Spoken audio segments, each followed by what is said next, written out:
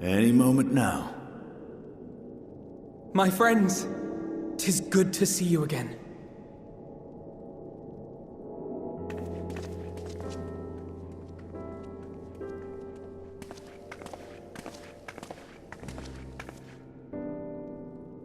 And you. I was worried that the cold wouldn't agree with you, but you're both looking quite well. You get used to it. It helps that there's no shortage of fuel and heaters like before. Glad to hear it. Have you been working in Garlemald all this time? We have. Though the worst is behind them, the people still have a long road ahead. They've taken steps towards forming an interim government, but it will be some time before any large-scale reconstruction effort can be carried out in earnest. So we'll keep doing what we can until they can finally stand on their own. A lot of Garleans wanted nothing to do with us, but they're starting to come round. Slowly, but surely.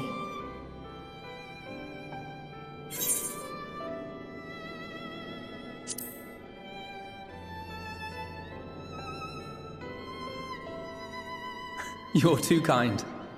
But it's thanks to the cooperation of like-minded souls that we've been able to make any progress. The Allied nations continue to send supplies, which allow us to meet basic needs such as food and shelter. Meanwhile, Euless and a number of soldiers have begun a restoration initiative, with more and more volunteers joining by the day. Like Alphino said, they've got a long road ahead of them. But we'll get there together, one step at a time. Though you yourself helped them take one especially big step, didn't you? In vanquishing that blasphemy in the Tower of Babel?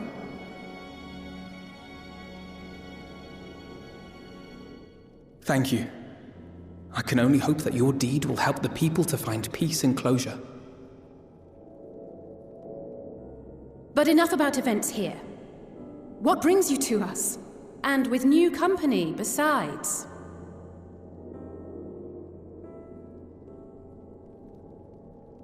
This may take rather a long time to explain, but bear with me.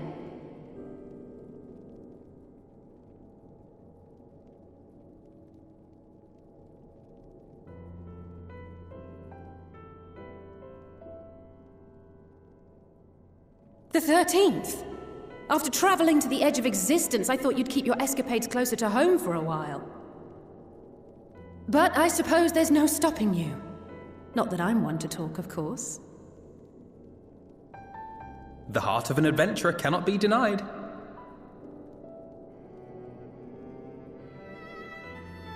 You could have at least invited me, too. Surely there was room enough for me and Grahar in the Undersea Vault.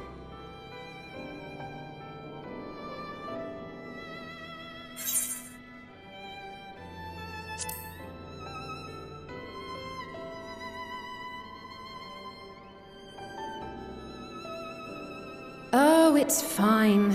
You can make it up to me on the next one.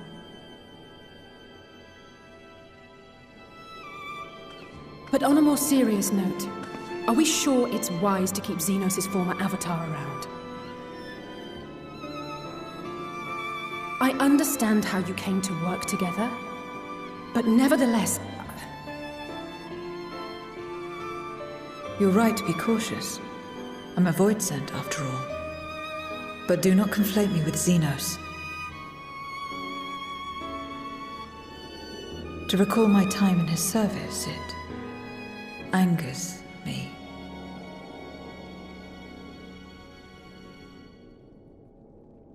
Is that so?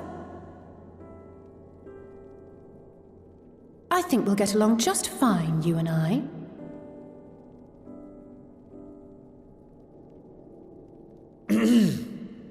Now that we are all caught up, to the matter at hand. As we were about to resume our search in the void, I felt the presence of my sister Ajdaya in the source. Somewhere in the far north, perhaps even here in Garlemald.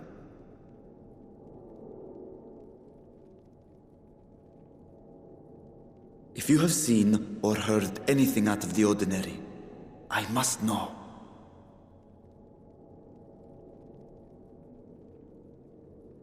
As a matter of fact, we may have. In recent days, we have had to contend with a surprising number of Voidsent. And not the lesser kind that occasionally manifest, but ones possessed of considerable power.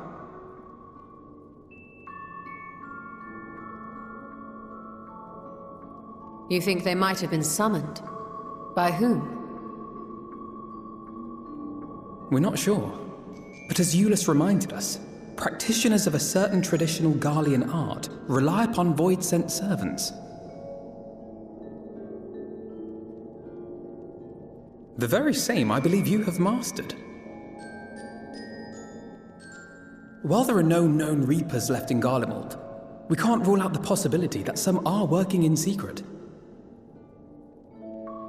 To summon not one, but several powerful Voidsent is no small feat. But if Ashdaya was indeed called from the void...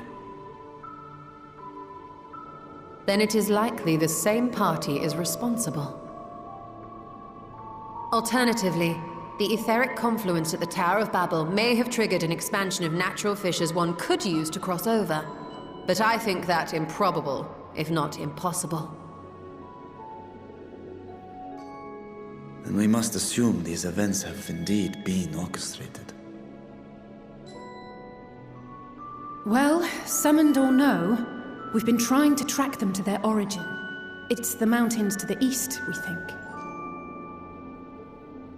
Can you guide us there? I would, but the terrain is too difficult to traverse on foot. Nor is flying an option due to the winds. Too much ground to cover in any case. Is there no way to narrow it down? There is one place we thought to look first. An isolated village rumored to have once been home to a Reaper order. That would indeed make an excellent start, though the question of how to get there remains. Euless may be of assistance. Let us return to Camp Broken Glass and consult him.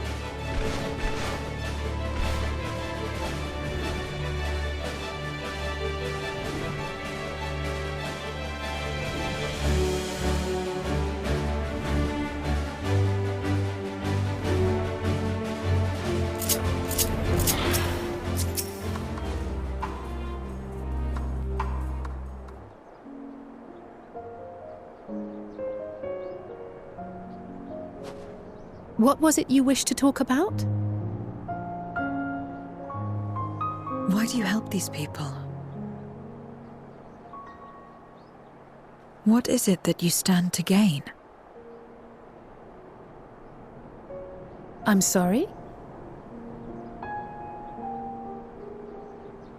You don't act on behalf of a higher power, nor are you bound by a contract. In spite of this, you help them. Why?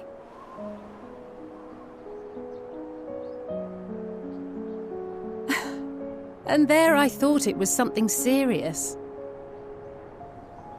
I help them because I want to. Because it's the right thing to do.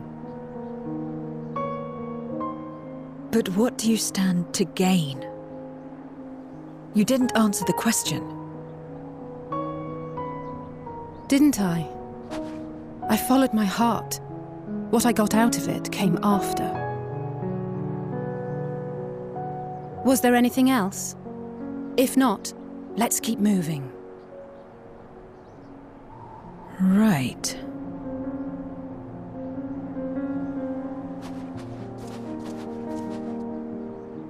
To act not out of obligation or in pursuit of gain. To simply live. And they survive like this.